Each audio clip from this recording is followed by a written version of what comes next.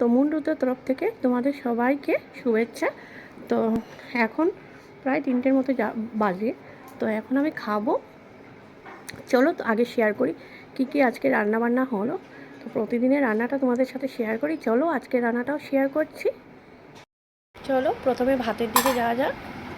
এই ভাত রান্না করেছি, আর এই হচ্ছে গিয়ে চাল কুমড়ো বড়া করেছি, আর এটা হচ্ছে পাঁপড় ছোটো ছোটো করে ভালো করে ভেজে নিলাম। বড় হলে কিছুটা কাঁচা কাঁচা থেকে যায়, এই জন্য ছোটো ছোটো করে টুকরো করে নিয়ে ভাজা করেছি। আর দেখাচ্ছি, এটা হচ্ছে গিয়ে ভেন্ডি আলু ভাজা, আর এটা কালকের অল্প একটু তরকারি ছিল, পেঁপের তরকারি, আর এটা হচ্ছে ছোলার ডাল করেছি।